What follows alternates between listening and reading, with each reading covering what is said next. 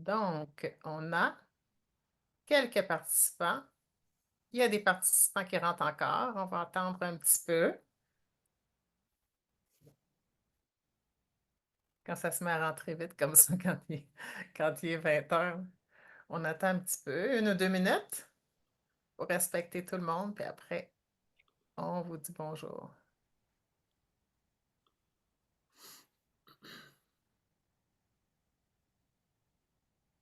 Il y a des gens dans le chat qui nous écrivent.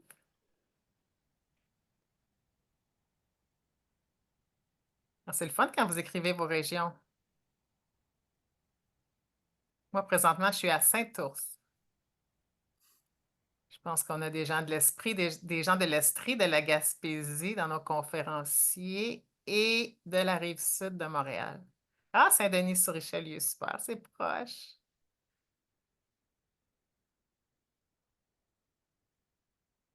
Gatineau, c'est le fun quand tout le Québec est là. Des fois, s'il y a plus que le Québec, en plus, des fois, il y a d'autres pays, je pense. Ah, il y a quelqu'un qui était resté l'autre fois éveillé qui m'avait dit en Afrique, en Europe. Bonsoir de Sainte-Catherine. Abidjan, bonsoir, Côte d'Ivoire. C'est le fun. Saint-Hubert. Super. Quelle heure est-il? Donc, maintenant, il est 8h02. Donc, bonsoir à tous. On va commencer. Merci énormément d'être là encore une fois. Je peux enlever mes lunettes, hein? Je n'ai pas besoin de les. Et puis, merci beaucoup, beaucoup aussi à nos invités que je vais vous présenter dans quelques secondes. En fait, ça me touche toujours beaucoup, comme j'avais dit la première fois, de voir des gens qui sont intéressés de plus en plus sur la santé et sur la santé intégrative. Dans le fond, comme pour ceux qui ne savent pas, c'est une série de 5 vidéos gratuites où il y aura beaucoup de contenu. En fait, le premier, c'était où j'expliquais mon histoire. Le deuxième, on s'occupait de la section corps parce que les vidéos, c'est corps, esprit, environnement et c'est un peu le thème de la formation en naturothérapie viscérale dont on va vous parler dans le dernier vidéo. Donc, on a fait la section corps et maintenant, ce soir, c'est la section esprit et bientôt, on va faire la section environnement. Donc, sans plus tarder, je vais vous présenter la personne que vous voyez, en tout cas que moi, je vois à l'écran. Christiane Martel, en tout cas pour ceux qui ne la connaissent pas, parce que la dernière fois, hein, Christiane, elle était venue avec nous pour la section corps, naturellement, parce que Christiane, elle est médecin. Et toutes ces belles personnes-là que vous voyez à l'écran, ben, c'est les professeurs, en fait, quelques-uns des professeurs de notre formation en naturothérapie viscérale. Donc, Christiane, elle est médecin, elle travaille, en fait, elle est directrice attends, c'est pas des soins médicaux? Directrice médicale. Médicale, je me rappelle jamais. Directrice médicale à Victor-Gadebois, un centre extraordinaire où les personnes vont en soins palliatifs. Moi, j'ai eu la chance, comme je disais la dernière fois, d'y aller. Et puis, j'étais vraiment, vraiment impressionnée. Puis, dans ce centre-là, ils ont aussi des médecines intégratives. Donc, c'est vraiment, vraiment extraordinaire. Puis, aujourd'hui, bien, naturellement, elle va jouer le rôle de médecin par rapport aux santé mentale, aux problèmes de santé mentale. Et si jamais elle s'absente, mais c'est parce qu'elle a une urgence, parce qu'elle est de garde. Donc, vous l'excuserez. Donc, bonjour, bonjour, Christiane. Bonsoir. Bienvenue, puis merci beaucoup d'être ici encore une fois. C'est un gros cadeau. Donc maintenant, on va parler à Francis. Bonsoir. Bonsoir Francis, ça va bien? Très bien, toi? Oui, Francis, tu nous parles de tes oasis.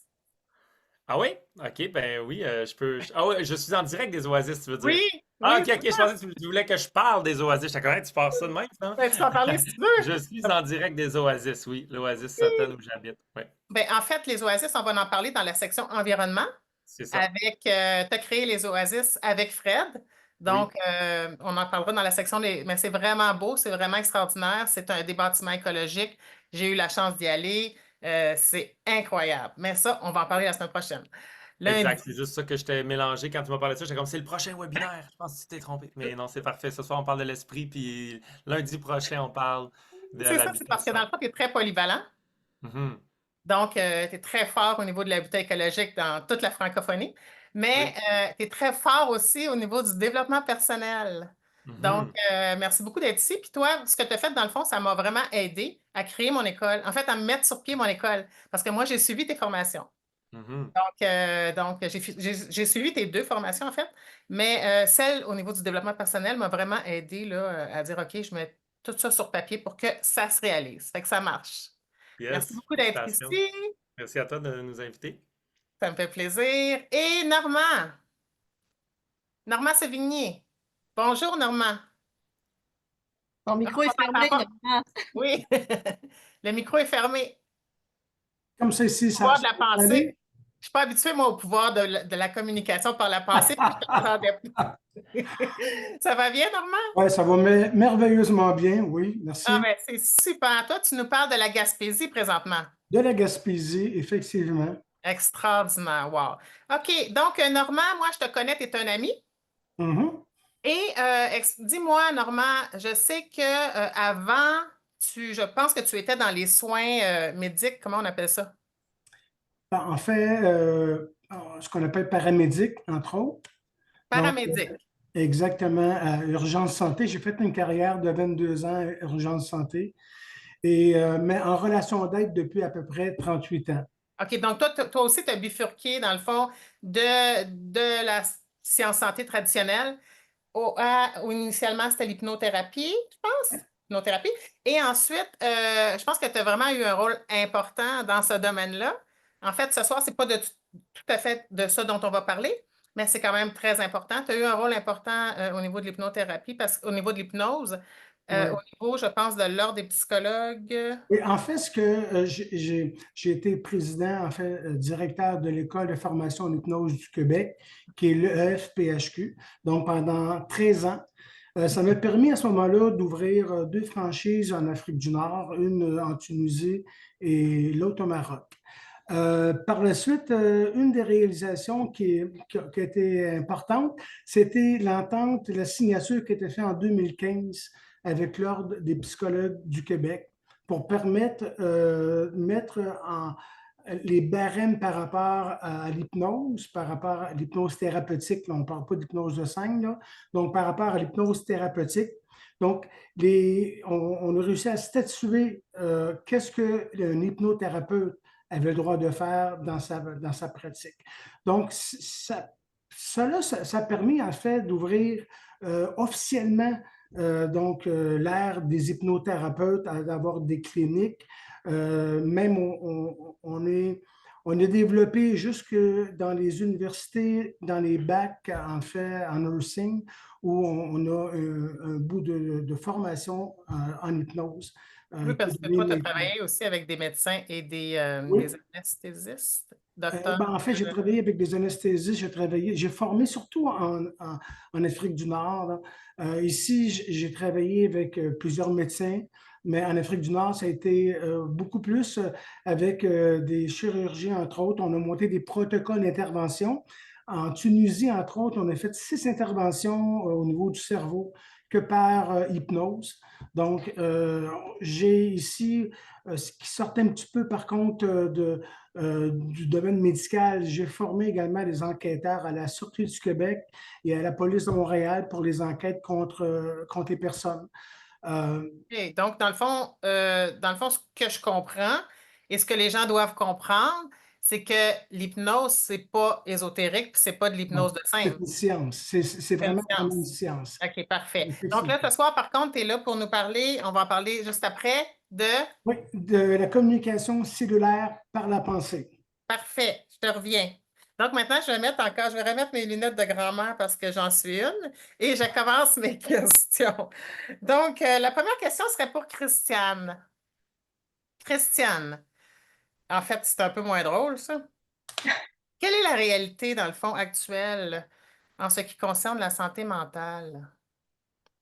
Ben, la santé mentale au Canada, je te dirais, il y a des statistiques canadiennes, un petit peu moins québécoises, là, mais selon Statistique Canada, des études de 2022, on n'a pas des études de 2024, mais au Canada, il y aurait plus de 5 millions de personnes, ça veut dire autour de 18 d'adultes en haut de 15 ans, qui ont des critères de diagnostic de troubles de l'humeur, troubles d'anxiété ou d'abus de substances, là, d'addiction.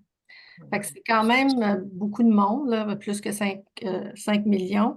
Ce qui est aussi préoccupant, c'est que c'est des problèmes qui augmentent, surtout dans les 10 dernières années, là, puis qui augmentent chez les jeunes. C'est vraiment Hmm. quelque chose qu'il faut se questionner parce que juste les troubles anxieux chez les 12-24 ans, en 2011 et 2018, ça a plus que doublé. Donc, tu sais, on regarde de 2011, c'était autour de 6 des 12-24 qui avaient des problèmes d'anxiété. Les études de 2018-2019 amènent à presque 13 tu sais, fait que c'est, tu sais, on voit qu'il y a plus d'anxiété.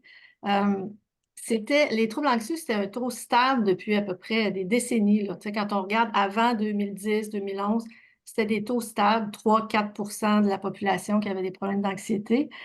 Euh, les dernières années, c'est beaucoup là où ça a augmenté. Il y a eu plus de problèmes anxieux.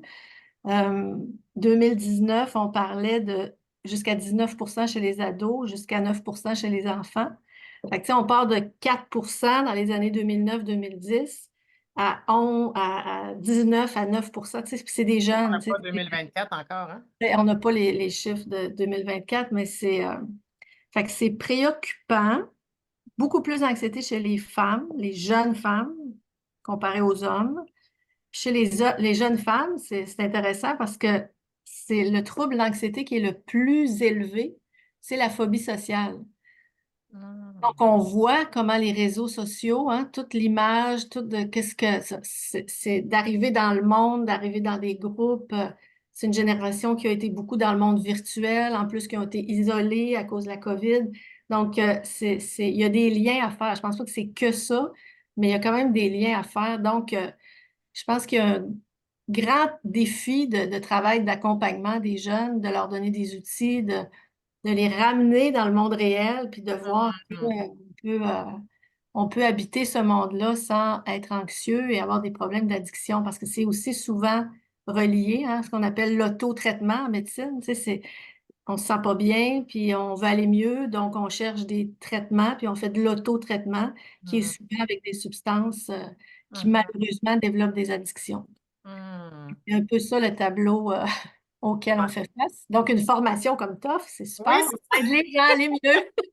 ben, c'est vraiment triste, mais des fois, tu sais, des fois, il y a des choses tristes, mais il n'y a pas de solution, il n'y a pas de moyens. Mais là, ce soir, on va parler quand même des moyens qui peuvent quand même aider. Merci, Christiane. Normand, Oui, tu disais que tu avais repris une thèse de doctorat sur l'influence de la pensée sur la matière. oui, Est-ce que tu peux exactement. brièvement Oui. nous en parler? Je vais tenter brièvement. J'ai écrit un livre Bon. là-dessus, je pense, ou en tout cas. Oui. En fait, j'ai repris la thèse de doctorat du docteur René Péoc. Et ça commence avec l'empreinte de Corrad, l'empreinte chez les oiseaux. Donc, pour expliquer brièvement, là, Laurence Corrad, avec Loi Cendré, lorsque déposé Loi aux côtés de sa mère après l'avoir pris dans ses mains, puis que quitté, Loi a commencé à le suivre. Et ensuite, il a remis effectivement Loi à sa mère et ça a recommencé aussi. Loi a continué à le suivre. Et après un certain temps, il s'est rendu compte que les oisillons, la première chose en mouvement qu'ils vont voir près de lui, vont possiblement l'associer comme étant leur mère ou quelque chose de significatif pour eux. Donc, le docteur Péoc, ce qu'il a fait, il a pris un robot aléatoire et à ce moment-là, avec des poussins, donc il a conditionné des poussins comme si le robot était leur mère. Donc, pour vous donner un bref exemple, ici, moi, j'ai Bob. Bob, ici, c'est mon fameux robot aléatoire, donc avec lequel j'ai conditionné des poussins. Donc, les poussins devaient à ce moment-là appeler leur mère, qui est le robot. Et au niveau des statistiques, on a démontré que 2,5 plus souvent que le robot, qui doit être aléatoire, va aller rejoindre le poussin. Et lorsqu'on met un poussin qui est non conditionné, à ce moment-là, le robot va se déplacer d'une façon aléatoire. Donc, il va aller quelquefois vers le poussin, mais d'une façon tout à fait aléatoire. Tandis que ceux qui sont vraiment conditionnés, à ce moment-là, c'est vraiment eux qui vont appeler le robot. Donc, c'est la force de la pensée du poussin qui va attirer le robot vers lui et c'est ce que j'ai repris. Donc, si un poussin est capable de pouvoir attirer un robot, possiblement que nous, par notre pensée, on est capable de pouvoir modifier des choses au niveau des cellules. Et de là, bon, j'ai continué la recherche en ce sens-là pour influencer nos cellules. Grosso modo, je fais ça le plus rapidement possible, là. Super, c'est clair, merci. Francis, Oui. qu'est-ce qui t'a amené à faire du développement personnel, dans le fond? Ben, je trouve que c'est une bonne question. Moi, ça remonte il y a longtemps, là, à l'adolescence secondaire. Et moi, ben, j'avais beaucoup de difficultés. J'étais très chanceux jusqu'en secondaire 1, moi, dans la vie, dans le sens que c'était facile, j'étais populaire, j'avais pas de problème et tout ça. Secondaire 2 et 3, ça a été beaucoup plus difficile, changer d'école, puis plein de choses. Puis c'était très dur pour moi de mettre du sens dans ce qu'on faisait. J'avais quand même de la facilité avec les cours, mais tu sais, pas de la facilité comme dans Ah, j'adore ça, puis tout ça. C'était plus comme donc, qu'est-ce qu'on fait ici? On apprend quelque chose de constructif, là, tu sais. Et puis, je suis tombé, en fait, en secondaire 3, j'étais très chanceux. J'ai eu un professeur, c'était la dernière année là, qui offrait la religion dans ce temps-là. Fait que c'était comme un peu, c'était le religion, il est en train de le transformer en ce que c'est devenu par la suite, là, éthique religieuse, Morale, je je pense, pense. morale, quelque Ouais. chose en tout cas. OK. Et ce prof-là était juste vraiment, vraiment top. Puis il nous avait recommandé un livre, entre autres, qui s'appelait L'Alchimiste. Et j'avais lu L'Alchimiste à ce moment-là. Et je pourrais dire que c'est là que ça a comme commencé. Tu sais, le concept dans L'Alchimiste de la légende personnelle. Puis il mettait, il y avait beaucoup de belles petites introductions dans ce livre-là qui ont fait que j'ai eu un intérêt. Et donc, j'ai suivi un certain chemin à ce niveau-là. Et la passion a quand même grandi à travers le temps, à travers les années, jusqu'à ce qu'à un moment donné, ce soit vraiment une très, très grande passion, puis que j'étudie plus en profondeur ça.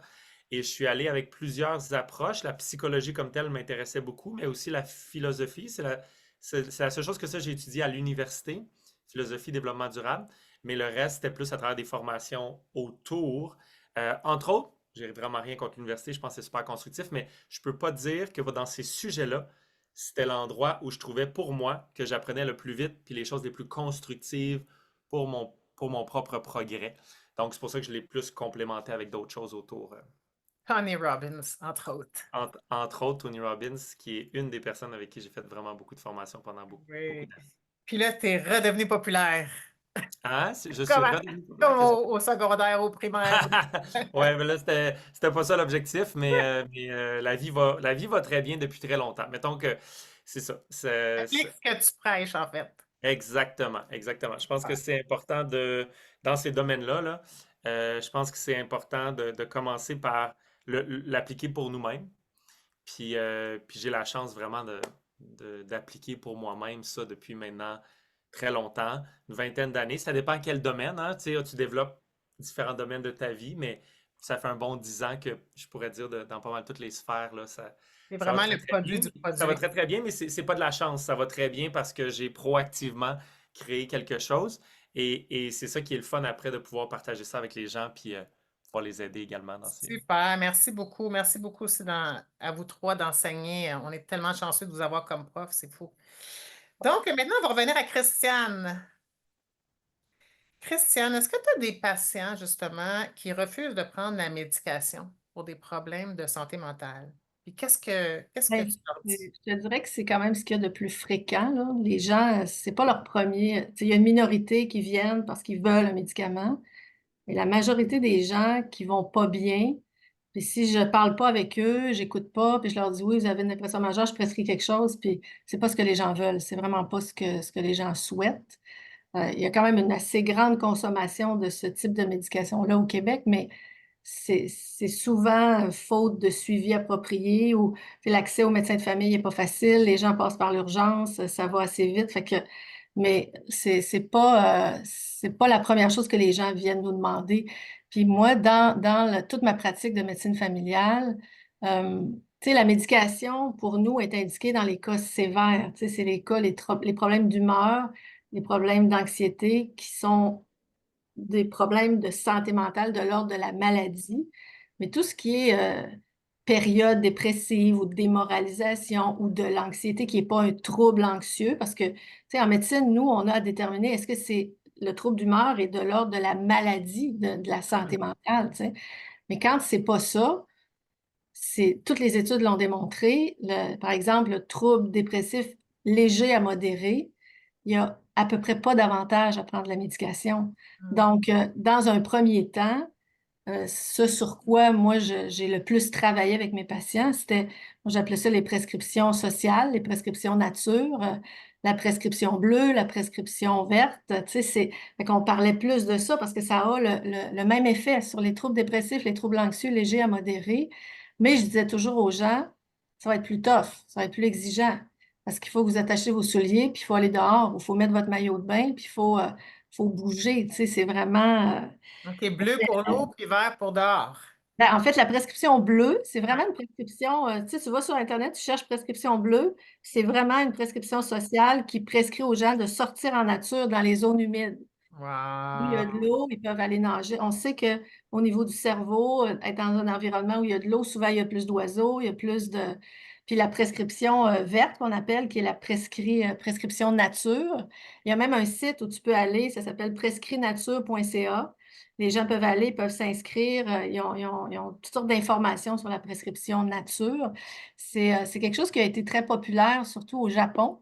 Le Shinrin-yoku, c'est ça? C'est ça, les gens vont arriver, ça, ils appellent ça les bains de forêt, mais Oui. le bain de forêt, il est plus encadré parce que tu peux avoir un sylvothérapeute, tu sais, une personne qui est thérapeute, qui fait de la thérapie par les arbres.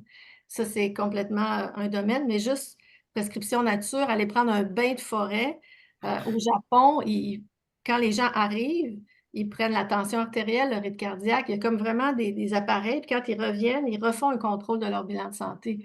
Puis ce qui a été démontré, c'est vraiment il y a une diminution de la prévalence des troubles dépressifs. Les gens qui font au moins 2 heures de marche en forêt par semaine par des petits blocs de 20 à 30 minutes. Il y a une diminution du taux de cortisol. Tu sais, la cortisone sanguine, c'est ça qui fait quand on a du stress, on monte notre cortisol. Crée l'inflammation.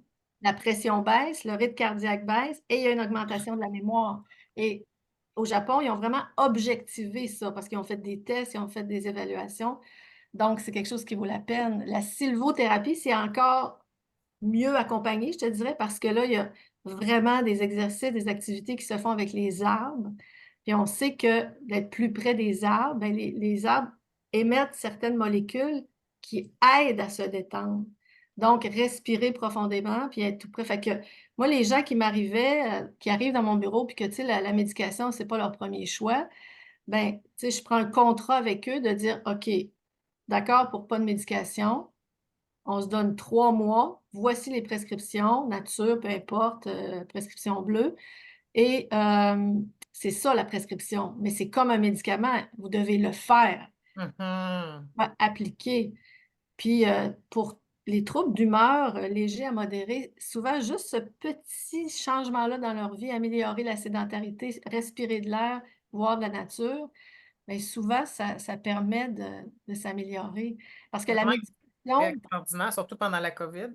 puis la médication, c'est pour les situations sévères, c'est pour les situations où il y a des troubles suicidaires, même des pensées homicidaires. Tu sais, mais on l'utilise beaucoup, beaucoup parce que faute de autre chose, tu sais, c'est comme puis au Québec, ben, tous les accompagnements psychologiques coûtent beaucoup d'argent. Les Mhm. ratios dans nos bureaux, moi, quand j'ai commencé il y a 30 ans, j'avais à peu près 20 de la clientèle qui me voyait, qui avait des troubles d'humeur, des troubles d'anxiété. 80 je faisais de la santé physique. Là, tu sais, un médecin, on est formé pour la santé Mhm. physique. Dans les 5, 6 dernières années où je travaillais plus en médecine générale, ça s'est inversé. Les ratios étaient, les gens qui me consultaient, c'est pour 80 des problèmes d'humeur, d'anxiété, des enjeux de santé mentale. Ils se Mhm. trouvaient avec juste un 20-25 de patients qui venaient pour des problèmes physiques. Fait que c'est pas rien, là. Puis le médecin de famille, c'est pas celui qui est le mieux équipé pour gérer tout ça. Fait que c'est ce qui fait qu'il y a beaucoup de médecins de famille, au fil des années, qui sont allés au privé, qui ont changé de pratique, qui ont. Fait que c'est un gros enjeu, mais je pense que se rapprocher de la nature, c'est. Puis Mhm. en plus, ça a été démontré que quand tu te rapproches de la nature, tu es beaucoup plus sensible à la protéger. Ça Oui, a un double effet de effectivement. au lieu de rester dans nos maisons, dans nos sous-sols, dans les Effectivement. tours. Fait que quand tu y es plus présent, Oui, ben, fait que je pense effectivement. que Très intéressant. On a une experte, justement, ben, une personne qui est un guide en Shinrin-yoku, qui est venue parler à nos étudiantes, Stéphanie. Donc, je vous donnerai ses ressources à ceux qui veulent faire du Shinrin-yoku. Donc, merci, Christiane. Donc, maintenant, oui, ma question est pour Normand. Oui. Est-ce que la pensée peut vraiment influencer nos cellules, Est-ce que la pensée peut finalement? vraiment influencer nos cellules? Oui. Je vais dans un premier temps, je vais te donner une expérience qui a été faite. Donc, où on a pris deux jumelles identiques et pour gérer leur humeur. Donc, au début, le matin, une fois qu'ils sont levés, on leur a fait écouter une de la musique joyeuse et l'autre de la musique triste. Par la suite, on leur a fait écouter deux films, un film joyeux et un film triste. Par la suite, on leur a demandé de lire des mots, donc des mots qui vont déclencher en fait des associations dans leur esprit. Donc des mots positifs, donc le tronc cérébral à ce moment-là a libéré une substance qu'on appelle la sérotonine. Donc la personne avait un sentiment de bonheur.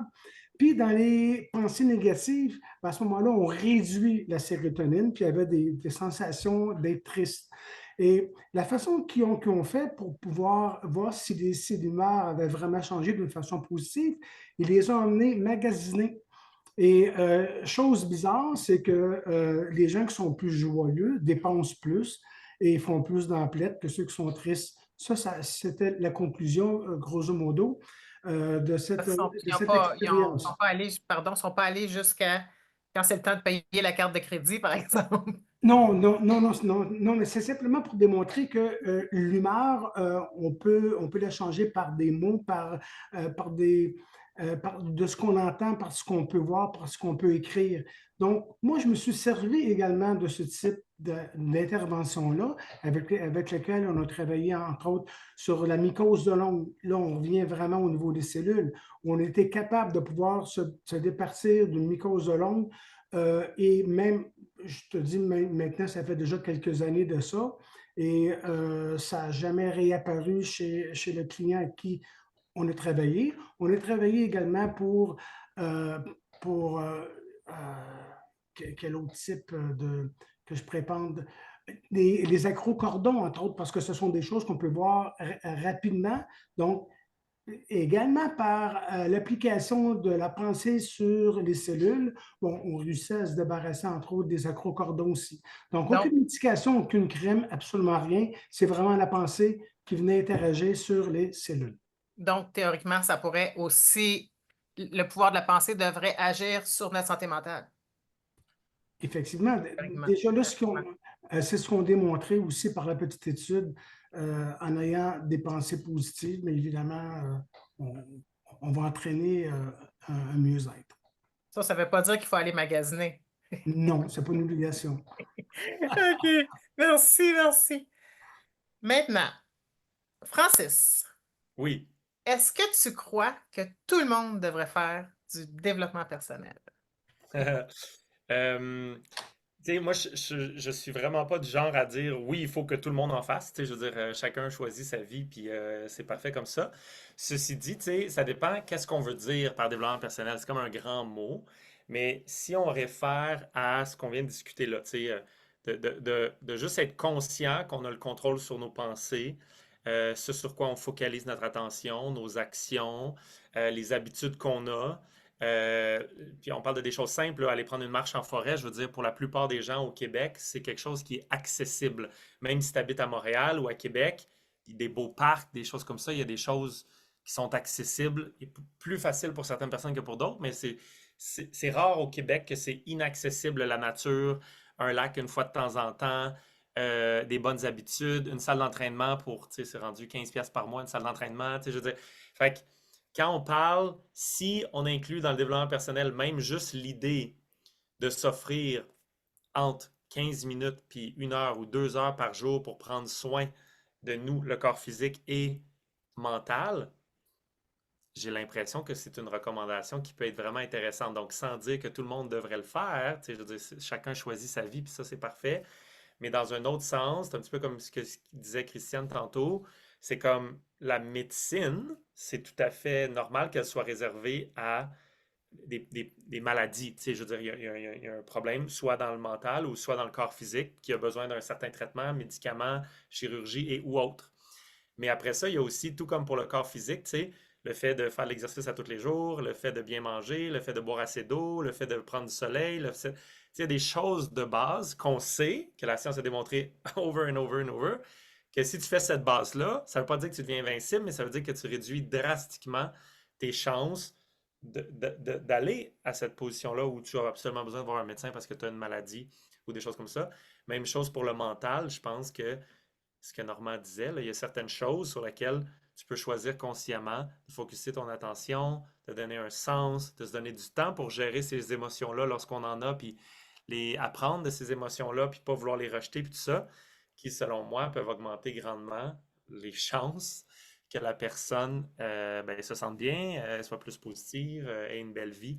Dans le fond, je pense que ça vient directement Donc, avec. dans le fond, tu as répondu à la question. Tout le monde devrait faire du développement personnel. Ce serait une forte recommandation, ceci Oui, dit, chacun ses choix, oui.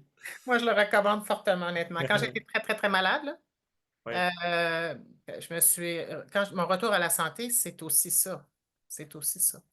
Mhm. Le développement personnel que j'ai fait, puis je Oui, continue à en puis faire. de ce que j'en comprends, c'est comme n'importe quoi, là, mais c'est-à-dire, mettons, pour la santé, si tu fais jamais rien pour ta santé, je ne comprends pas comment tu pourrais t'attendre à ce que tu ailles toujours bien. Tu sais, si je veux dire, si tu fais jamais d'exercice, tu es toujours devant la télé, tu manges des cochonneries, si tu fais toutes les choses que tu n'es pas supposé faire, comment est-ce que tu pourrais t'attendre à ça? Ben, c'est un peu la même chose sur ton bien-être intérieur, autant émotionnel que mental.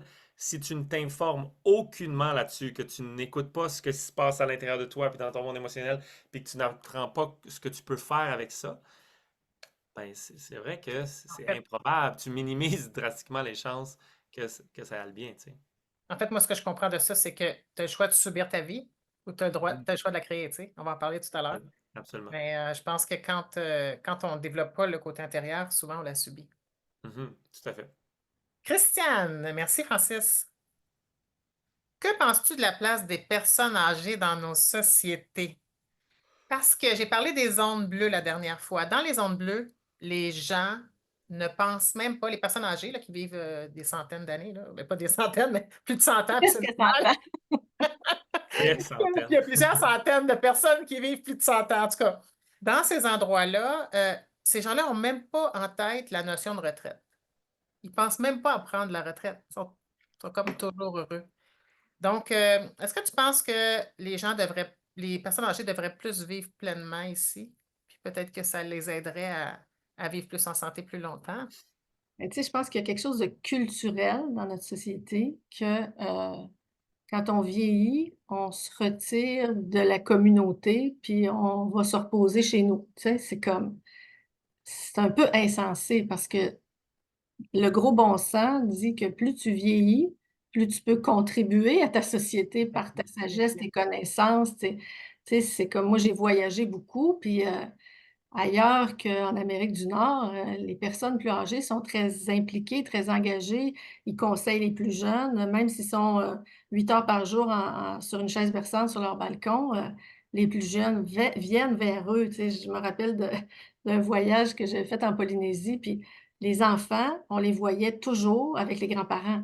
La génération du milieu, ils travaillaient à fond partout, mais les grands-parents, ils étaient partout avec des enfants. Mhm. Donc, je pense que ici, de façon culturelle, c'est comme si quand tu vieillis, tu as moins d'utilité, puis tu as moins de place au niveau de... Tu sais, on a des statistiques, tu sais, un peu, je suis un peu tannante avec mes statistiques, mais ça nous donne une image, tu sais, ça nous donne une image un peu de... Tu sais, il y a 28% des personnes âgées de plus que 65 ans au Québec qui vivent seules. Tu sais, Et- c'est 18%, tu sais, c'est beaucoup. Alors que tu es plus vulnérable quand tu es âgé, tu as besoin de plus de stimulation, tu as besoin de te relier à des plus jeunes. Fait que c'est quand même beaucoup. Puis, il y a 9% de nos personnes âgées en haut de 65 ans qui habitent dans des logements collectifs. les logements collectifs, ça veut dire CHSLD, ressources intermédiaires, résidences pour personnes âgées autonomes, mais ça veut dire qu'ils sont comme un peu à côté de la société.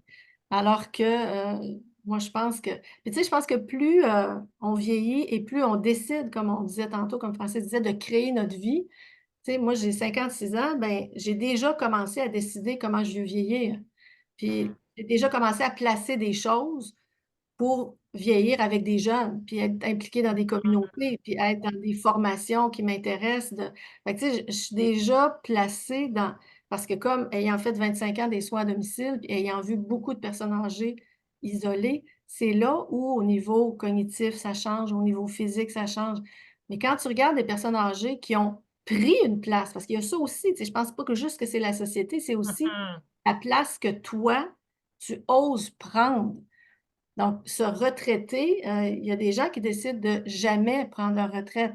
Moi, à l'université, j'ai toujours trouvé ça fantastique parce qu'on voit beaucoup à l'université des professeurs qui sont vraiment, vraiment très intéressants. Tu sais, moi, les plus beaux conseils que j'ai eus en médecine, c'était des médecins de 70 ans, tu sais, qui étaient en pratique et qui m'apprenaient beaucoup l'approche plus humaine, l'expérience. Fait que je pense qu'il faut penser aussi quand on est dans la cinquantaine, qu'est-ce que je veux, moi, pour cette partie-là de ma vie? Dans quoi je veux m'impliquer? Dans quoi je veux m'engager? Mhm. Où je veux transmettre mes connaissances et offrir aussi, tu sais, aller de l'avant, de ne pas attendre ce que la société nous propose. Moi, ça fait des années que je dis ce que la société me propose pour vieillir, ça ne m'intéresse pas. Je vais planifier autre chose, je vais organiser autre chose.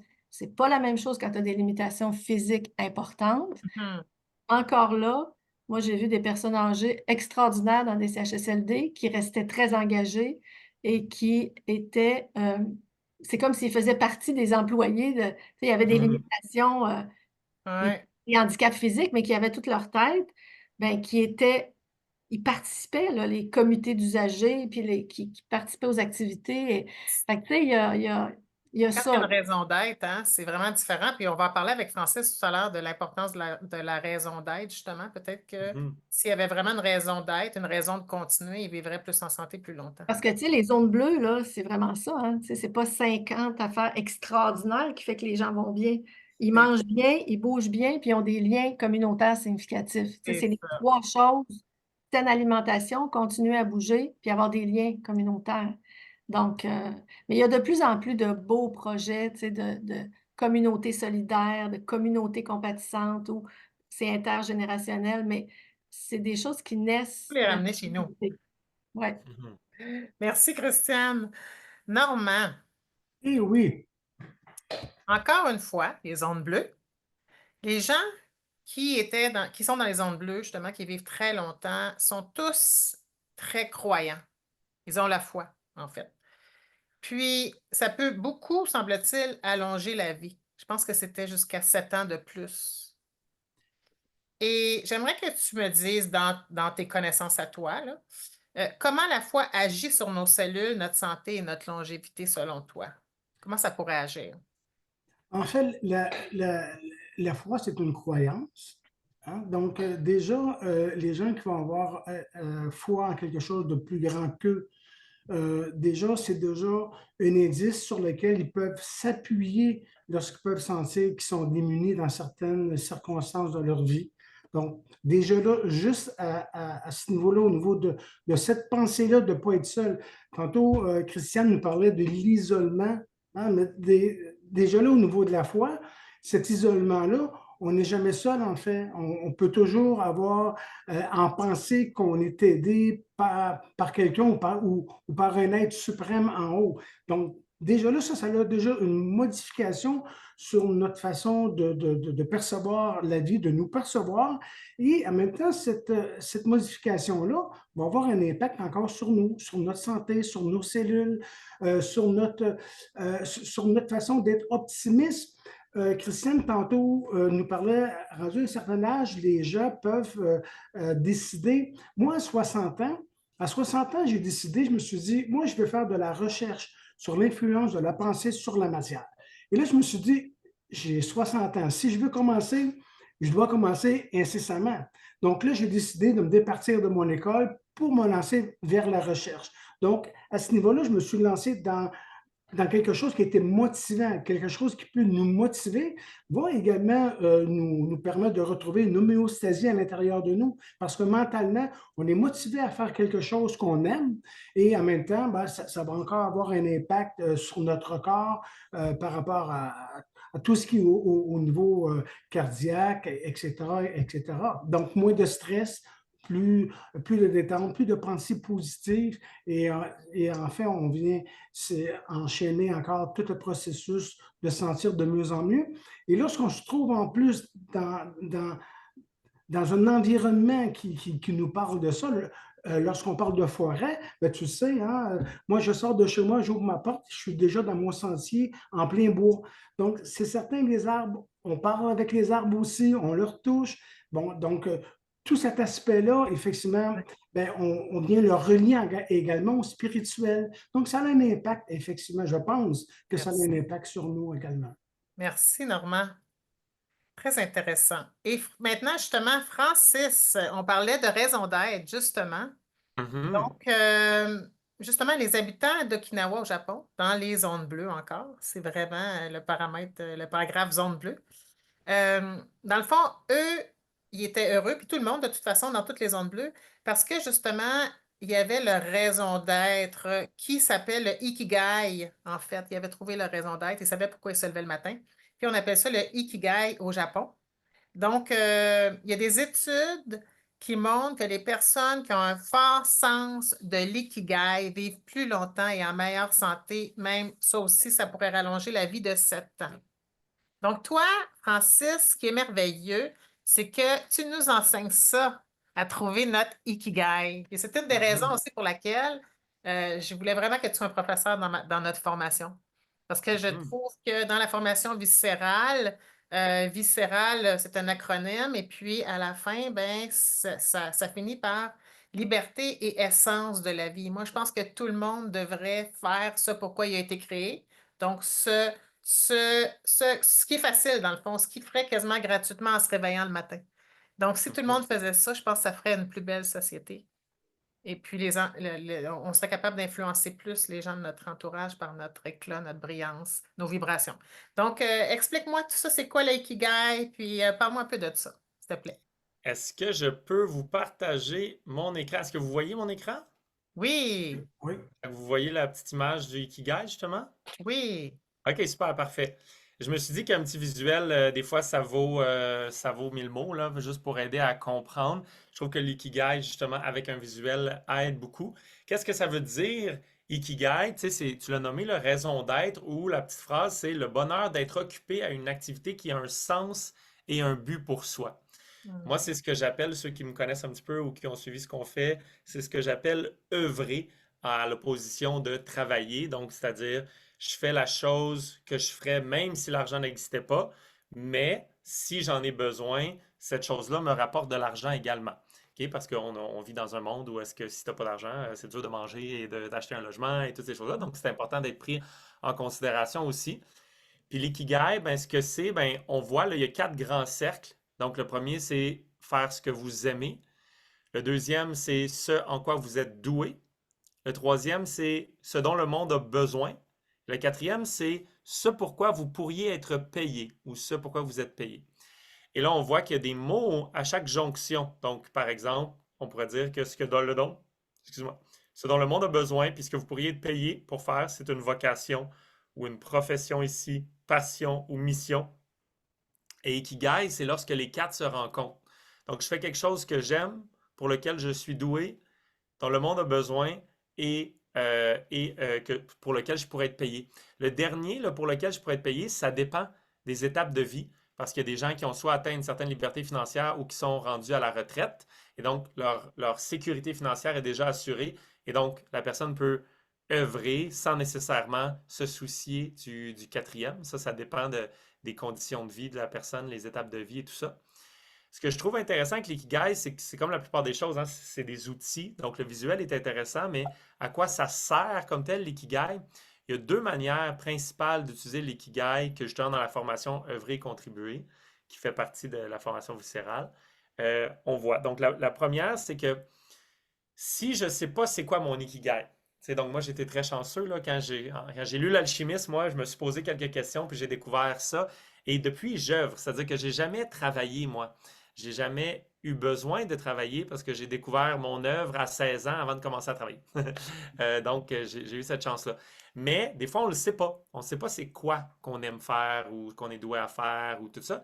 Puis souvent, on a des croyances limitantes par rapport à ces choses-là. Moi-même, j'ai réussi à découvrir ce que j'aimais faire, mais ce que j'aimais faire au début était quand même un peu voilé parce que j'avais des croyances limitantes par rapport à, entre autres, l'entrepreneuriat, l'argent ou ces choses-là. C'est-à-dire que si je n'avais pas géré ça bien éventuellement, eh bien, j'aurais continué à faire des choses que j'aimais, mais sans m'ouvrir pleinement à tout ce que j'avais vraiment envie de faire parce que j'avais mis des croix sur certaines choses, ayant appris que, par exemple, justement, l'argent, les entreprises détruisent la planète ou que tout ce qui se passe à la télé, c'est quelque chose de superficiel.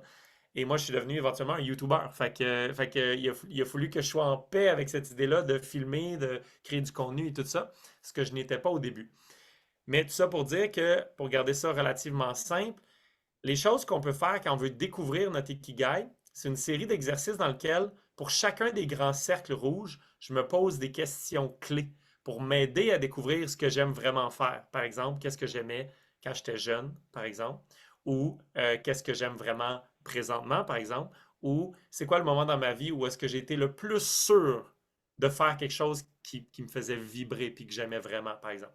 Donc, je me pose des questions clés pour chacun des grands cercles qui me permet de juste faire un genre de gros brainstorm dans ma tête de toutes ces choses-là que je suis doué à faire. Parce que souvent, c'est parce que, tu sais, pourquoi est-ce qu'on a de la misère à manifester la vie qui nous inspire vraiment dans le monde? C'est souvent parce qu'une grande partie des choses, des clés qui nous aideraient à le faire sont inconscientes. C'est-à-dire qu'on ne s'en rend pas compte ou on n'en est pas conscient de ces choses-là. Mais si je prends le temps de me poser les bonnes questions pour chacun des grands cercles, et que après ça, je me laisse du temps pour laisser descendre ça, puis voir des liens, hein, puis que je commence à passer à l'action doucement, ben, je peux découvrir c'est quoi mon ikigai.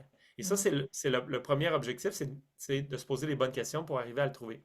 Le deuxième, c'est de se rendre compte qu'il y a une manière de manifester son ikigai dans le monde.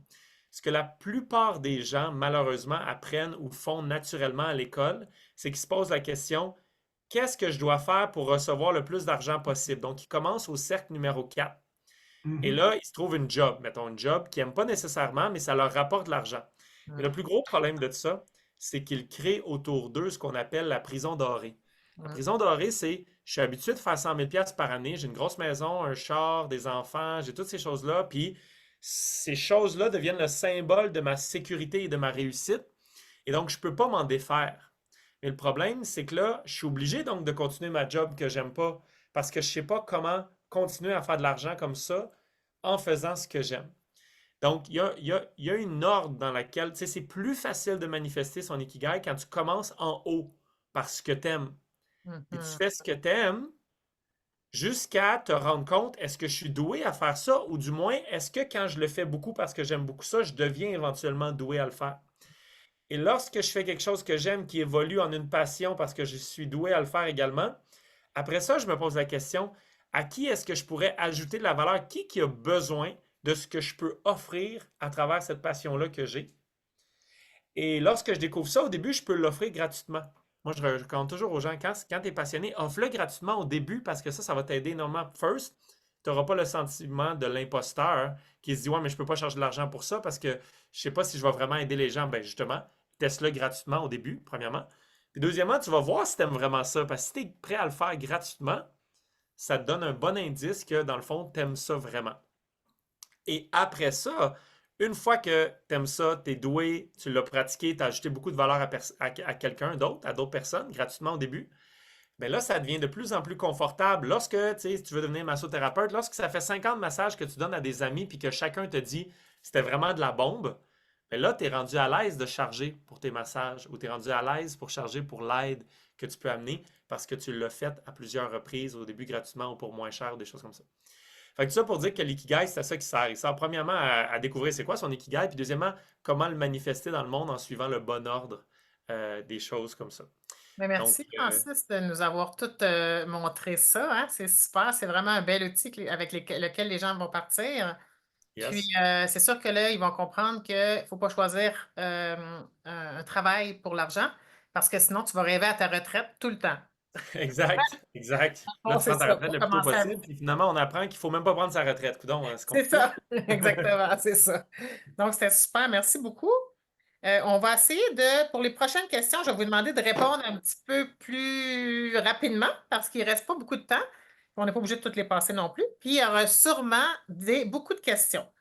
Donc, Christiane, en fait, selon Dr. Hyman, puis Dr. aussi Gondry, qui parlait des ondes bleues, qui disait qu'il y avait même des gens qui fumaient dans les ondes bleues, mais qui étaient des centenaires pareils. L'isolement tue plus que la cigarette. Est-ce que toi, tu vois une différence dans l'état de santé de tes patients quand ils sont bien entourés par rapport à quand ils sont seuls? Mais nous, on a un super laboratoire à la maison Victor-Galbois. On a un centre de jour où on a créé des communautés de gens qui sont atteints de cancer en phase avancée, qui ne peuvent pas guérir, mais qui sont dans la chimio palliative qu'on appelle ou dans les traitements palliatifs. Parce que maintenant, le cancer est rendu une maladie chronique, là. Il y a des gens qui vivent plusieurs années avec le cancer. Donc, mais souvent, c'est des gens qui sont isolés, les proches aidants sont isolés, donc ils ont beaucoup de rendez-vous. L'hypothèse qu'on a fait, nous, il y a une dizaine d'années, c'est de faire ce qu'on appelle des soins palliatifs précoces, donc pas du tout à la fin de vie, mais pour faire en sorte que les gens se rassemblent autour d'une même situation. Ils vivent chacun des cancers différents, ils ont des proches aidants. Et on s'est dit, on veut objectiver ça, l'effet de la communauté, puis l'effet des soins d'accompagnement. Donc, quand ils arrivent au centre, j'en ai parlé un petit peu au webinaire, le dernier webinaire, mais on évalue leurs symptômes, comment ils se sentent. Ils passent la journée en communauté et à la fin de la journée, on réévalue leurs symptômes. Et il y a toujours une nette amélioration du fait d'être dans une communauté. Il y a même des oncologues qui nous ont appelés pour nous dire, mais qu'est-ce que vous faites, mes patients qui sont chez vous, qui vont chez vous, vont mieux, ils vont mieux plus vite, sont plus de bonne humeur. Il y a même des patients qui ont dit à leur oncologue, moi, ma chimio, c'était le mercredi, mais là, tu vas me changer ça de journée parce que le mercredi, je vais à mon centre de jour. Donc, on voit l'effet qu'une communauté peut, et ça, c'est une journée par semaine, mais ça leur permet d'avoir une meilleure énergie, d'être plus de bonne humeur, du fait d'être rassemblés avec un groupe. Fait que ça fait une énorme différence Donc, d'être on soutenu et comprend pourquoi ils vivent accompagné. plus longtemps, les gens Ben de... oui, ben d'où l'idée que quand tu es relié à une communauté, les zones bleues, il n'y a pas de personnes âgées qui sont très isolées dans ça, là. Non, il n'y en a pas. Ils se retrouvent, Oui, ils font à des tous les exercices jours. ensemble, Oui, ils jouent au golf ensemble à prendre un 100 verre de vin ensemble à tous les jours. Oui! Oui, Donc, effectivement. fait que c'est un tout petit laboratoire, mais on a vu très vite, nous, l'impact sur la Wow. santé des gens, là, Merci, vraiment. merci Christiane, c'est important. Normand, Oui, on est tous de l'énergie. Moi, je me rappelle que j'avais vu à un moment donné un film, je pense que c'était What the Bleep Do We Know, je ne sais pas trop, puis on parlait des expériences de Docteur Emoto. Ça m'avait vraiment frappé les expériences qu'il avait fait sur l'eau, oui. avec l'énergie, tout ça. Vas-y, je te Oui, laisse donc, parler. le docteur Emoto, en fait, j'ai même repris une partie de cette expérience-là aussi, et je l'ai fait avec du riz. Donc, et on le fait aussi également avec du pain. Donc, c'est-à-dire que on va placer une intention donc sur le riz. Emoto, c'était sur l'eau, en fait, là. Et sur cette intention-là, si on envoie une pensée positive, on se rend compte que le riz va perdurer beaucoup plus longtemps d'une façon saine. En fait, on avait un pot où on envoyait des pensées positives, un pot totalement neutre, on passait que devant. Et le troisième, c'était des pensées négatives. Donc, je taillis, tu m'écartes, etc., etc. Et je le faisais également dans mes cours et les élèves passaient devant les pots pour pouvoir justement soit dire que tu es vraiment beau, tu es un bon riz, etc.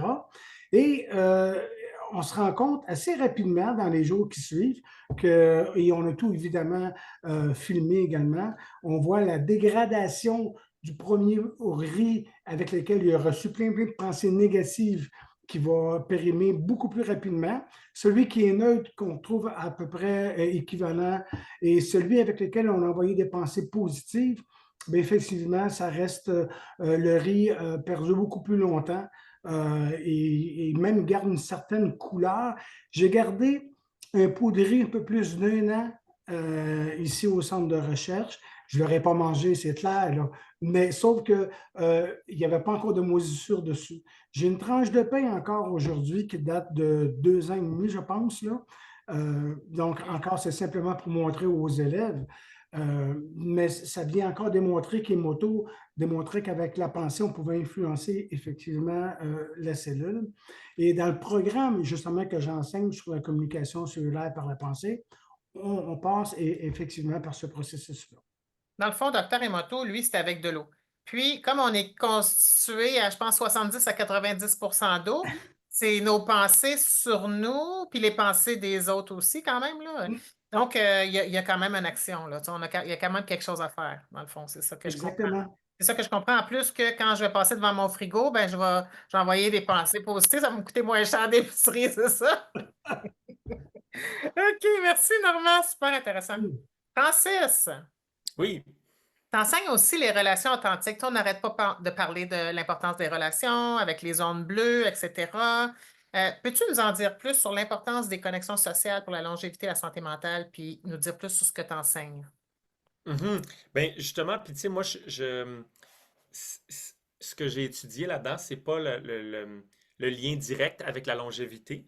Je crois à 100% ce qui a été dit par Christiane. J'avais vu le documentaire sur les ondes bleues. Pour moi, ça fait plein de sens que l'isolement. Je veux dire, ça l'enlève le sens. Bon, il y a plein de raisons.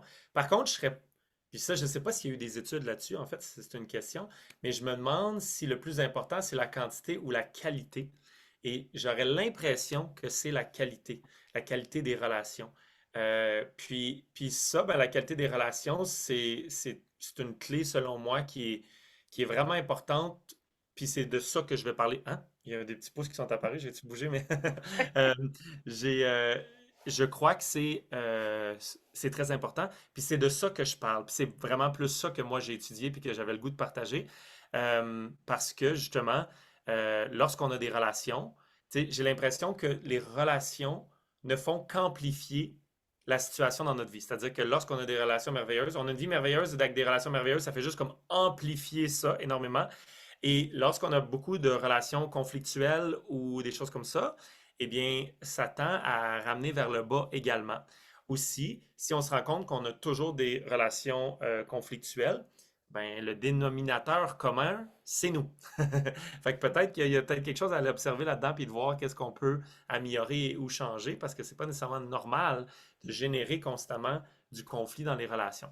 Fait que je pense qu'il y a certaines bases qui sont super importantes. Puis là, je sais qu'avec le temps qu'on a, je n'irai pas dans les détails, là, mais bien sûr, la communication.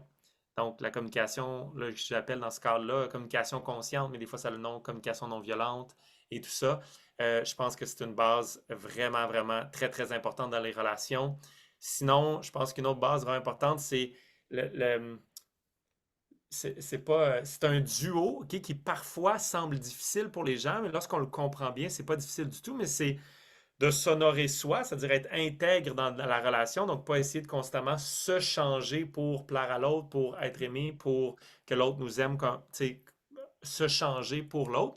Donc être intègre et à la fois aimer l'autre comme il est également. C'est-à-dire pas essayer de changer l'autre constamment. Ça ne veut pas dire qu'on ne peut pas être honnête par rapport à quoi on se sent, puis de communiquer avec clarté sur des choses qu'on peut, tu sais, collaborer ensemble et améliorer ensemble. Mais je crois que notre rôle dans les relations, dans pas mal toutes les relations, il y a quelques petites exceptions, mais dans presque toutes les relations, notre rôle, c'est pas mal plus d'être curieux et d'aimer l'autre comme il est que de lui imposer notre propre modèle du monde dans nos croyances, nos idées, tu sais, comme choisir comment l'autre devrait être, puis de lui imposer ça, parce que habituellement, c'est pas accueilli par l'autre comme des conseils. Même si ça vient de cet espace-là, d'habitude, c'est pas accueilli comme des conseils, c'est plutôt genre, bon, c'est ça, il faut que je me change pour que toi tu m'aimes. Donc, ça tend pas à créer des belles relations. Donc, fait que c'est ça. Je pourrais en parler vraiment plus longtemps, là, mais je sais que le temps avance. Fait que oui, il y a un module complet sur les relations conscientes et on regarde au début les bases des relations conscientes, les choses qui s'appliquent à tout type de relations, comme entre autres la communication. Puis après ça, on a des chapitres sur les différents types de relations. Donc, il y a quand même une différence entre une relation amoureuse, une relation amicale, une relation au Mhm. travail, un groupe de pairs, hein, des gens qu'on choisit consciemment parce qu'on veut grandir avec ces gens-là. C'est toutes sortes de relations extraordinaires qui contribuent tous à notre longévité et à notre bonheur dans la vie, mais qui ont aussi leurs challenges et leurs défis là, Et qui ce qui est sont bien différents aussi, d'un à c'est que l'autre. justement, quand ça va pas bien, quand on travaille pas ça, Oui. puis on a de la misère, ben, ça crée l'isolement. Absolument. Ça Puis c'est raccourcit ça. la Puis vie. après ça, on peut se Tellement. mettre C'est ça. des croyances à Ouais, l'intérieur de nous que, bon, soit on n'est pas assez bon, ou on mérite pas d'avoir des amis, on mérite pas ci, on mérite c'est pas ça. ça. Puis après ça, c'est nous-mêmes qui se retirent. Christiane en parlait aussi tantôt, c'est qu'il y a une partie où est-ce qu'il faut aussi prendre sa place. C'est sûr qu'on peut mettre en place des choses en tant que société qui facilitent, mais à un moment donné aussi, chaque humain est libre. Puis s'il se retire toujours dans sa chambre, ben oui, ça fait de l'isolement. C'est ça. Ça raccourcit la vie. Donc, merci beaucoup, Francis. Très intéressant.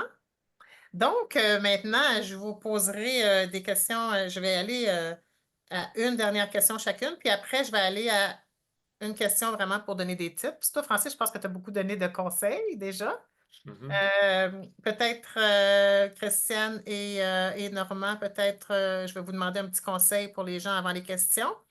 Par contre, juste Christiane, il y a une phrase d'Hippocrate, Hippocrate qui disait qui est importante. Il est plus important de connaître le malade que la maladie dont il souffre. T'en penses quoi? Toi, ça te reflète beaucoup, je pense. Ouais. Moi, ce que j'ai toujours honoré dans mes consultations, c'est l'écoute. J'ai toujours travaillé à avoir le moins de mots possible parce que les gens viennent te voir parce qu'ils vont pas bien, parce qu'ils ont... Donc, je pense que c'est la partie la plus importante. Et un de mes professeurs, un gynécologue âgé dans dans un de mes stages, m'avait dit, t'as pas besoin de chercher le diagnostic, jamais. Écoute ton patient, il va te dire qu'est-ce qu'il y a, mais Hmm. écoute-le. Donc, tu sais, j'avais déjà été sensibilisée à ça. Puis en fin de vie, c'est encore plus important parce que ce que les gens ont besoin, c'est de nommer ce qu'ils vivent, c'est d'exprimer. Donc, connaître la personne, créer un vrai lien, créer une vraie relation, faire qu'ils se sentent en sécurité, qu'ils ont confiance dans le lien, ben, tu sais, c'est la base, je pense, d'une relation thérapeutique. Et quand on sait que l'effet placebo est pour 40 à 40 40 à 45 de l'effet, le premier placebo que moi j'ai dans ma relation thérapeutique, c'est ma personne. C'est ce Hmm. que je suis, c'est comment j'interagis avec eux. Donc, je vais donner la même médication, puis ils me font pas confiance et ils m'aiment pas, ils n'auront pas du tout le même effet que Hmm. quand ils viennent me voir, sont contents de venir, sont contents, ils ont confiance dans le geste que je vais poser. Hmm. Fait que c'est sûr que de connaître les gens, en tout cas, pour moi, ça a toujours été la base de ma médecine, c'était d'abord d'avoir un lien avec la personne, d'être en relation. Puis, étonnamment, même si on doit faire une médecine qui est un peu plus rapide maintenant, si tu as ça dans ta conscience, être agréable, puis attentionné pour l'autre, avoir 15 minutes, 20 minutes ou 30 minutes, la personne le sent. Même Fait que quand on n'est pas médecin, oui, mais oui, c'est sûr, c'est sûr. on peut Mais je pense vraiment encore s'aider. plus quand les gens viennent te voir dans une posture vulnérable, fragile, Ouais.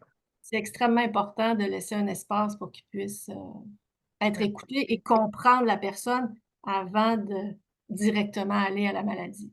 Donc, Hippocrate avait vu tout ça, lui. Il avait raison. C'est pour ça que je tenais à le dire. Mais justement, tu as parlé de l'effet placebo. Normand, Oui, toi, tu travailles un petit peu sur ça, l'effet placebo, hein? Je pense que, en fait, justement, je pense qu'on va arriver justement au truc que tu peux donner à nos téléspectateurs pour nous aider. Et puis, tu m'avais donné un bon truc là-dessus. oui, en fait, c'est le truc de la douche. Mais Et pas de la n'importe porte. laquelle, pas n'importe laquelle. La douche, en fait, dans le corps de porte.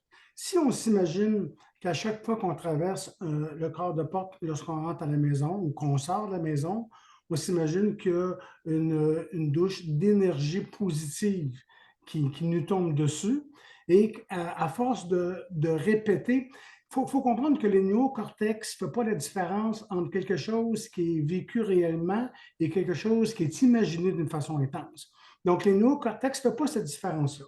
Donc, si à chaque fois qu'on traverse cette porte-là, soit en rentrant ou en sortant, On a l'impression qu'on reçoit cette énergie positive à l'intérieur de nous et qu'on l'accepte. En fait, c'est cet effet placebo va avoir effectivement un impact sur nous.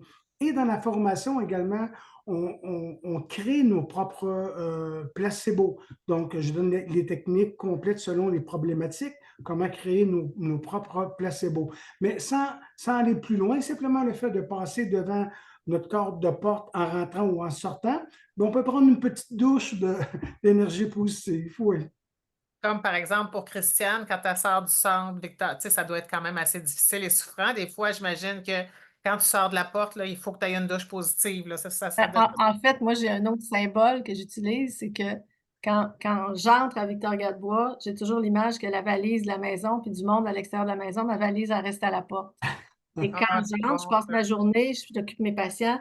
Quand je quitte la maison, je reprends la valise de l'extérieur, puis je laisse l'autre valise à l'intérieur. Donc, je fais des transitions qui font en sorte que je ne transporte pas ce que je vis, qui est assez intense au quotidien, mais symboliquement, je ne le transporte pas dans mon espace privé.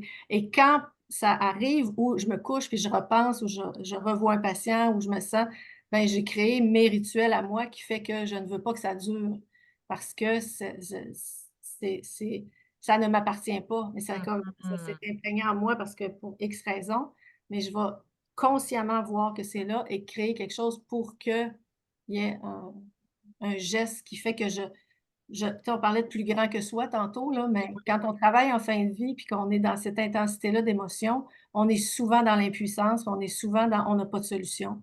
Mais juste le fait de dire, ben, je confie à plus grand que moi, je ne suis pas obligée d'avoir une croyance X religieuse, mais je confie à plus grand que moi. Pour moi, ça fait en sorte que je ne porte plus la situation. Donc, et souvent, c'est suffisant pour que je puisse me détacher d'une situation qui a été exigeante, là. Merci beaucoup, Christiane et Francis, c'est normal parce que tous les conseils que vous nous avez donnés, c'est des super bons conseils. Puis le dernier, c'est un bon conseil parce qu'il y a des personnes aussi qui sont atteintes de santé mentale, mais il y a des personnes qui les supportent aussi. Puis ça devient lourd, c'est même eux qui laissent quasiment leur santé. Donc, c'est bon d'avoir tout plein de trucs comme ça, puis de faire du développement personnel, puis etc., pour être capable de continuer à bien supporter la personne. Donc, là-dessus, c'est sûr que j'aurais plein d'autres questions. Je suis vraiment désolée, vous avez été trop intéressant. Je ne vous ai pas arrêté parce que vous étiez trop intéressant. On en refera. De toute façon, j'ai l'intention maintenant d'en faire régulièrement si les gens vraiment aiment ça. Moi, j'aime ça. En tout cas, je n'en fais pas moi. Donc j'aimerais ça aussi. Puis les gens aussi, naturellement, il y a la formation en naturothérapie viscérale où vous allez apprendre beaucoup plus. Donc, cette formation-là, c'est vraiment une formation transformatrice. En fait, en premier, on se transforme à travers ça et on devient toujours de mieux en mieux. Ensuite, on rayonne dans notre communauté et là, ben, on est attirant. Donc, si on veut en faire une carrière, on en fait une carrière. Libre à nous d'en faire une carrière ou non, mais on n'a rien perdu parce qu'on s'est transformé. Ça vaut beaucoup de voyages. Donc, maintenant, alors, je vais continuer avec Normand. Oui. Normand, comment on peut devenir plus proactif dans notre retour vers la santé grâce à la communication cellulaire par la pensée? Comment devenir proactif? Tu en as quand même parlé, mais... Oui. Donc, en fait, en appliquant les exercices qui sont faits dans la formation, donc je parlais tantôt des placebos, mais je parle aussi également des enregistrements de mots bien ciblés, positifs, qu'on fait jouer en boucle sans nécessairement y porter attention. Le subconscient va enregistrer ces mots-là et va nous permettre, un peu comme dans l'expérience qui était faite avec les deux jumelles, va permettre d'avoir un impact sur nous. Donc, la formation, il y a un algorithme de 9 étapes à l'intérieur de cette formation-là. Une, entre autres aussi, est une détente, une technique pour aller chercher une détente qui se situe à peu près entre 7 et 14 Hz au niveau cérébral, que le rythme alpha, avec lequel on est relativement bien détendu. On ne dort pas, mais on est très, très bien détendu. Donc, il y a une absence, effectivement, d'anxiété à ce moment-là, une absence de stress. Et tout ça va également aider l'individu. Donc, c'est des petits trucs qu'on a ici à l'intérieur de cette formation-là. Comment travailler symboliquement sur une problématique. Donc, on voit à l'intérieur du processus comment faire. Donc, on va devenir vraiment plus proactif face à notre Oui. face à notre santé. Merci beaucoup, Normand. Et Francis, en fait, on a parlé un petit peu de la pyramide de Maslow ensemble, toi et moi. Oui. Est-ce que tu pourrais dire un petit peu c'est quoi la pyramide de Maslow ou en tout cas, explique dans tes mots ce que tu en penses. Oui, ben en fait, la pyramide de Maslow, c'est quelque chose que la plupart des gens connaissent. Je crois bien que ça fait partie du curriculum de base là, du secondaire. Là. La plupart d'entre nous, on a appris ça. Euh, c'est quelque chose de très intéressant que, du moins, la manière que moi je l'ai appris au cégep, au secondaire, je l'ai vu rapidement à l'université, c'était toujours assez théorique. Et tu sais, j'ai jamais fini un cours sur Maslow, puis j'ai fait comme, oh, je viens de découvrir comment je fonctionne à l'intérieur de moi. Tu sais, c'est comme, c'est intéressant et c'est pas révélateur tant que ça sur qui nous sommes. Par contre, il y a un autre truc qui s'appelle justement la psychologie des besoins, qui reprend les besoins humains, là, dans le fond, qui viennent de la pyramide de Maslow et de plein d'autres sciences humaines, comme par exemple, entre autres, la communication consciente est basée sur cette notion-là de besoin. Voilà Et mon. ce qu'elle amène, ce que je trouve vraiment intéressant, c'est que au lieu, dans la psychologie des besoins, on se pose la question, OK, tous les humains ont ces besoins-là, disons les besoins de base, là, les besoins de sécurité. Dans la psychologie des besoins, ils disent qu'il y a le besoin de sécurité, appartenance et amour qu'on voit là, estime de soi ou sens de sa valeur, que j'aime bien aussi, qui est une autre manière de le dire, le sens de sa valeur. Et il y a également, il n'est pas écrit là-dedans, mais il y a un besoin de variété également. C'est-à-dire que l'opposé de la sécurité, là, quand on est très, très en sécurité, que tout est prévu d'avance, tout ça, on trouve souvent la vie plate parce qu'il y a un besoin de changer son état émotionnel qui est là aussi. Fait que ça, c'est les quatre grands besoins de base.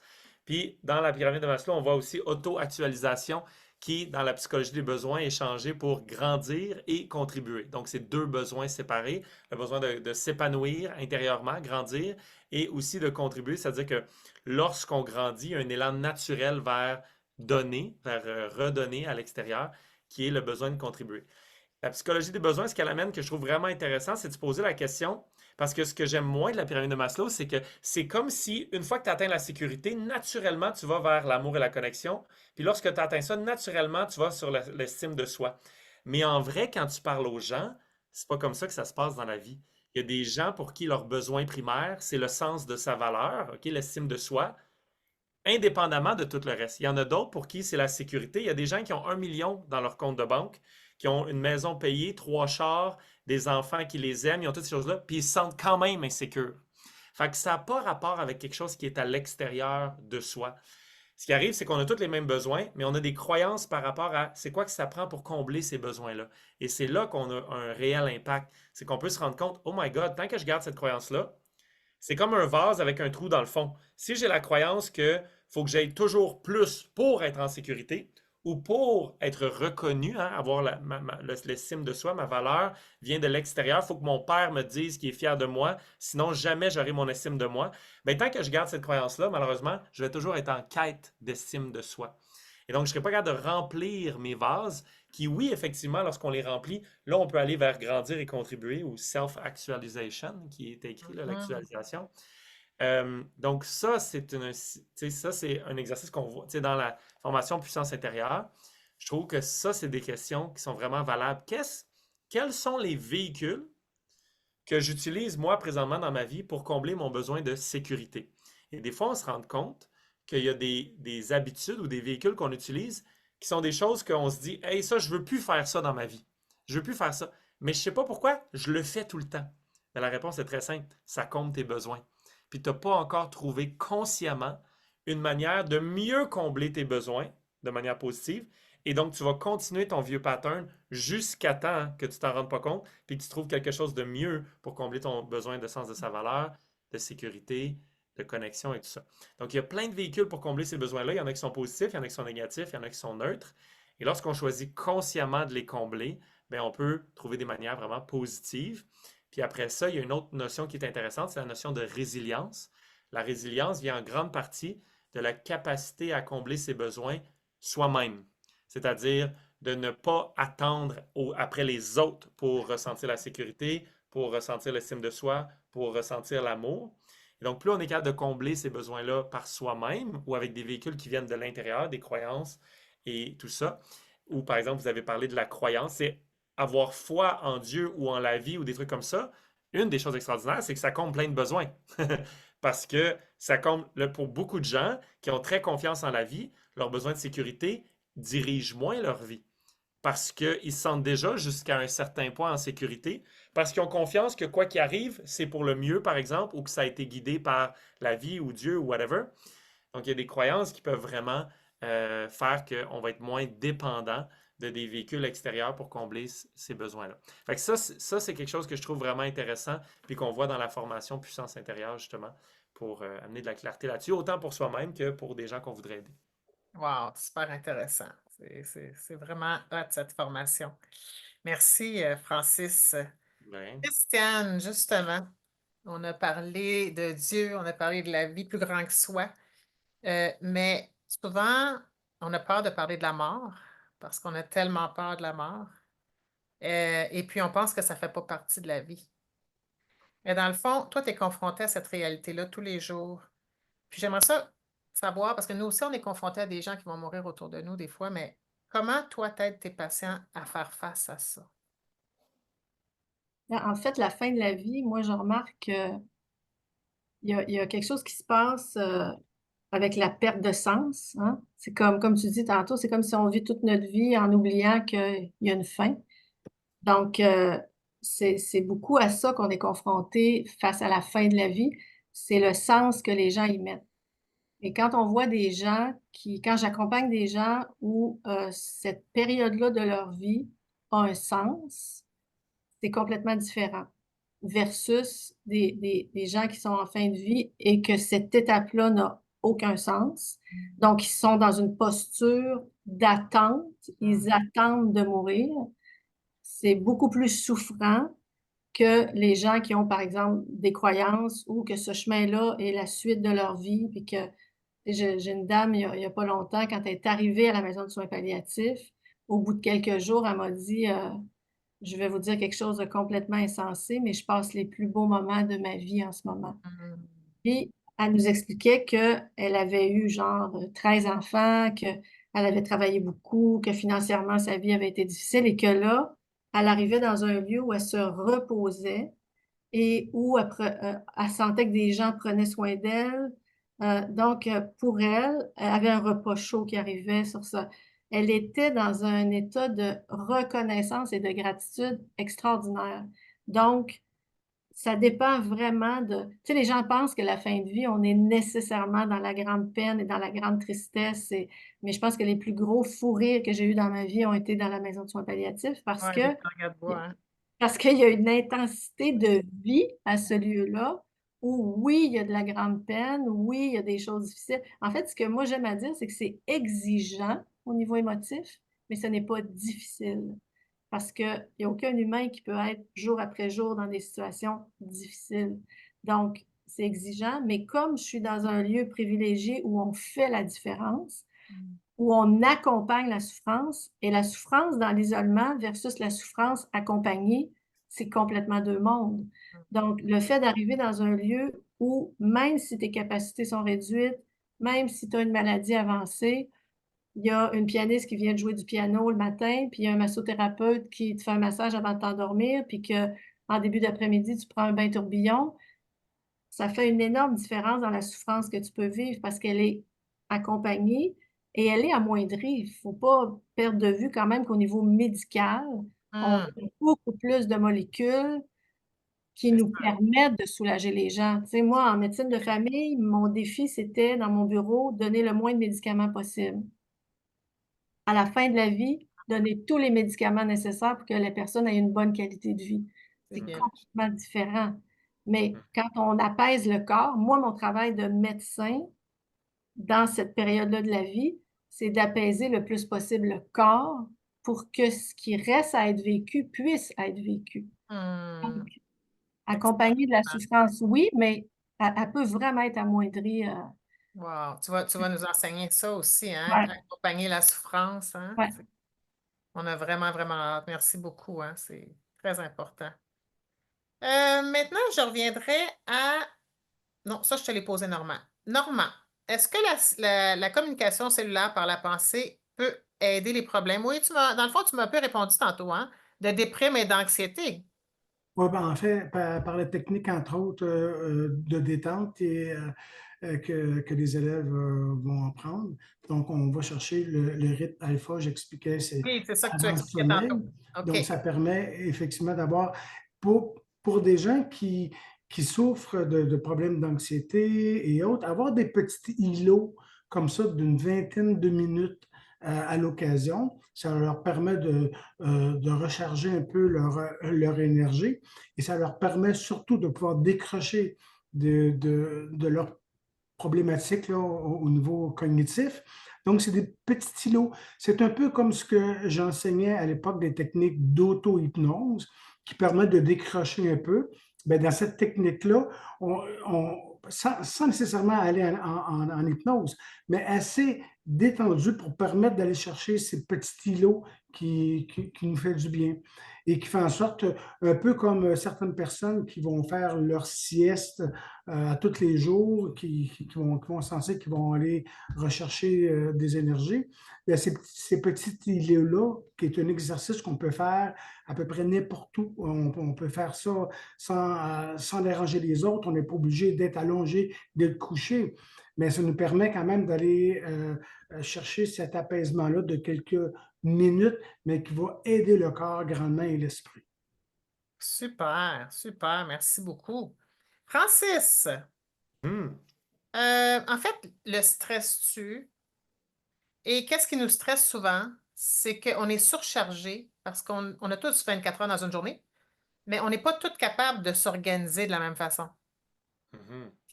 Et donc, on n'arrive plus à faire les choses qu'on aime. Donc, on a l'impression qu'on n'est pas au contrôle de notre vie. Mhm. Toi, tu enseignes temps et priorité. Puis moi, je dis à Mhm. mes étudiantes que c'est le premier cours que je veux qu'ils suivent pour être capable de s'organiser, avoir du plaisir à continuer à faire la formation puis tout. Et tu en parler Mhm. un petit peu plus parce qu'on est avancé dans le temps. Oui, parfait. Ben, regarde, je vais juste dire deux choses. La première chose, c'est que oui, il y a un système de planification qui est possible de mettre en place qui facilite énormément ce genre de choses-là. Fait qu'il y a vraiment une notion de planification, là, un peu comme théorique, là, comment je place ça dans mon agenda, puis comment je place ça. Il y a ça, ça existe. Et on le voit dans temps et priorité.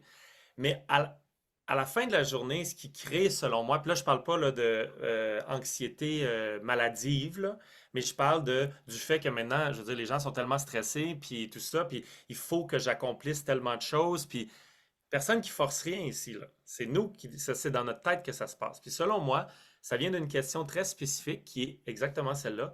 Qu'est-ce que je dois faire? On se pose constamment la question, qu'est-ce qu'il faut que je fasse? Et cette question-là n'apporte absolument rien de constructif dans la vie de quelqu'un. Elle ne fait que s'auto-condamner à être dans notre propre prison. Et moi, je m'en suis vraiment rendu compte parce que moi, j'ai la chance de vraiment, tu sais, je veux dire, moi, j'ai la chance de faire uniquement ce que j'aime tout le temps depuis 20 ans, OK? À tous les jours, littéralement. Parce que c'est mon standard. C'est-à-dire que lorsque c'est pas ça que je fais, je le change. Je le transforme soit à l'extérieur ou soit à l'intérieur. Mais je me rendais compte, tu sais, j'ai créé les Oasis Six Semaines, j'ai co-créé avec d'autres gens les Oasis Six Semaines. Et à un moment donné, je me rappelle, je me lève un matin, puis je me dis, ah, ça me tente plus de faire les Oasis Six Semaines. Je me sentais comme s'il y avait trop de choses à faire. Et ça me décourageait. Et là, je me dis, attends un petit peu là, je suis en train de vivre mon rêve. Ça fait des années que je veux faire ça. Je suis en train de le vivre et j'ai l'impression qu'il faut que je fasse. Et je me suis rendu compte, parce que je suis habitué quand même, puis c'était juste la première fois que je travaillais sur moi, là, mais je me suis rendu compte, ça faisait plusieurs jours qu'au lieu de me concentrer sur qu'est-ce que je veux vraiment, je me posais toujours la question, qu'est-ce qu'il faut que je fasse? Qu'est-ce que je dois faire? Puis là, je me créais une longue liste de choses que je dois faire et je me sentais obligé de faire, comme si c'était pas mon rêve, comme si c'était quelqu'un d'autre qui m'obligeait à faire les choses qu'il faut que je fasse. Et donc, même si tu fais uniquement les choses que tu aimes, tu peux t'auto-condamner à te sentir comme un esclave anxieux et stressé. Puis moi, j'ai connu l'anxiété, j'ai connu l'éco-anxiété, là, qui est quand même populaire de nos jours également. Il y a eu une époque dans ma vie où j'accomplissais rien et j'étais constamment stressé et anxieux. Maintenant, j'ai plusieurs compagnies, on construit des grosses choses, on fait plein de projets, des millions de dollars sont en jeu constamment et je ne suis jamais stressé. C'est-à-dire, 1% du temps pour quelque chose où est-ce que je sors de ma zone de confort, mais je suis tellement habitué de sortir de ma zone de confort maintenant que ça ne me stresse pas. Donc, je sais que ça n'a pas rapport avec qu'est-ce que tu accomplis. D'ailleurs, les gens qui accomplissent le plus de choses sont rarement les plus stressés. Donc, c'est pas à cause de la quantité de choses, c'est qu'est-ce qu'on se dit dans notre tête. Et selon moi, ce qu'il faut faire, c'est transformer ça, puis focaliser seulement sur 3 choses. Il y a 3 choses que si on focalise sur ces choses-là, on n'est jamais stressé, puis on accomplit plein de choses. La première chose, c'est qu'est-ce que je veux? Qu'est-ce qui est important pour moi? C'est quoi ma vision? Ou, si on a une notion un petit peu plus de spiritualité là-dedans, qu'est-ce que la vie a envie de créer à travers moi? Et lorsque je me reconnecte à ça, j'ai une vision de ce que je veux faire. Bien, ça, c'est moi qui veux faire ça. Ou c'est la vie qui veut créer à travers ça. Il n'y a pas de stress par rapport à ça, c'est juste un élan. Après ça, pourquoi je veux faire ça? C'est quoi l'essence derrière? Et la motivation également. C'est quoi que ça va apporter au monde, aux autres et à moi-même? Donc ça, c'est le fuel, tu sais, la motivation qui reste vivante constamment. Donc, c'est quoi que je veux? Pourquoi je le veux? Puis après ça, comment est-ce que je vais faire ça dans le plaisir et la joie? Donc, c'est comment, c'est quoi le how-to de faire, d'accomplir cette vision-là, mais dans le plaisir et la joie.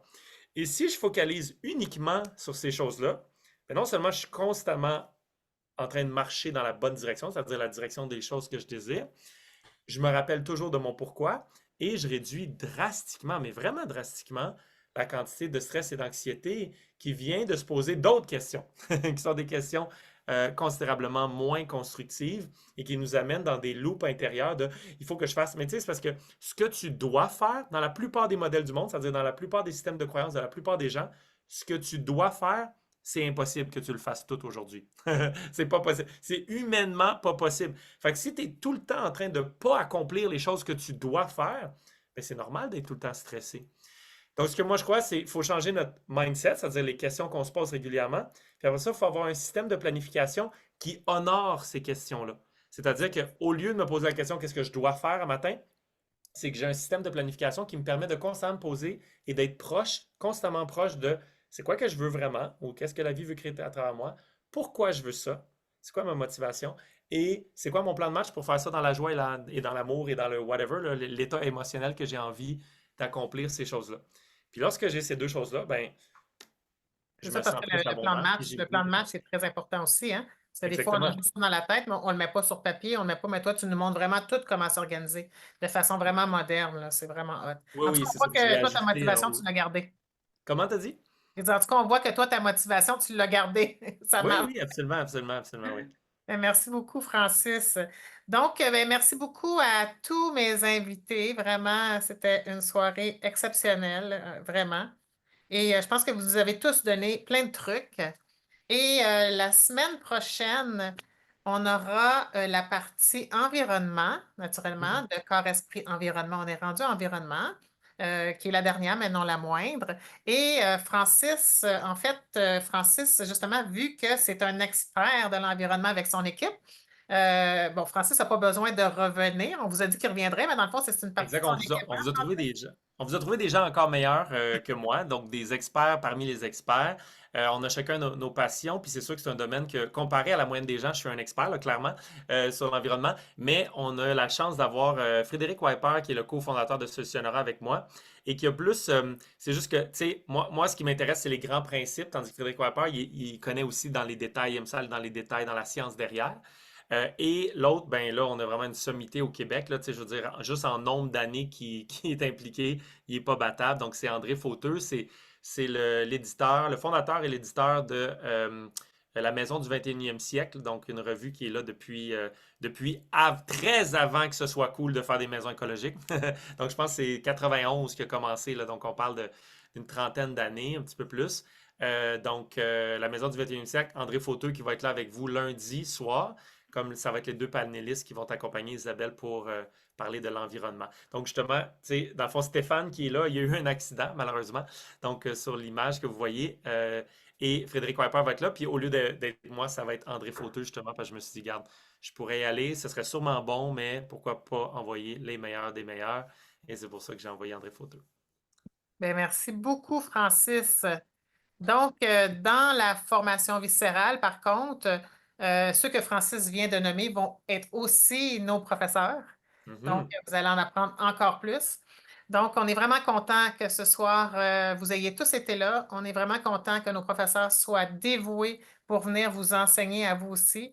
Et puis, on espère vraiment que vous allez être et à la prochaine et à la dernière présentation où là, on va vraiment vous dire en détail tout ce qu'il y a dans la formation en naturothérapie, la formation transformatrice en naturothérapie, naturopathie viscérale. Donc, je vous souhaite une excellente soirée. Est-ce qu'on a quelque chose à ajouter, Élise? Alors, il y a énormément de messages que je reçois sur des merci, des grandes reconnaissances par rapport à toute la richesse que vous nous avez donnée ce soir. Et beaucoup, voilà, beaucoup d'amour de la part des spectateurs et spectatrices qui nous regardent. Wow. Fait que voilà, c'est ça. Merci beaucoup. Nous aussi, on vous aime. Alors, bonne soirée. Puis, tout peut être vu en rediffusion. À partir du moment où vous êtes inscrit, vous allez recevoir automatiquement le lien pour, je pense qu'ils vont le recevoir quand, le lien pour lundi? Est-ce que c'est Ça, c'est Elise, j'imagine. Le Élise? lien, c'est-tu déjà demain matin qu'ils vont l'avoir ou c'est quand? Ils le recevront lundi matin. Lundi matin. Lundi matin, d'accord. Puis, ils vont recevoir aussi la rediffusion de ce vidéo-ci. Absolument. Donc, bonne soirée à tous, bon week-end et puis prenez soin de vous et de Merci vos Isabelle, proches. merci tout le monde. Bonne soirée. Merci, Bonne bye bye, soirée. bonne Merci beaucoup. soirée. Bye bye, merci Lise.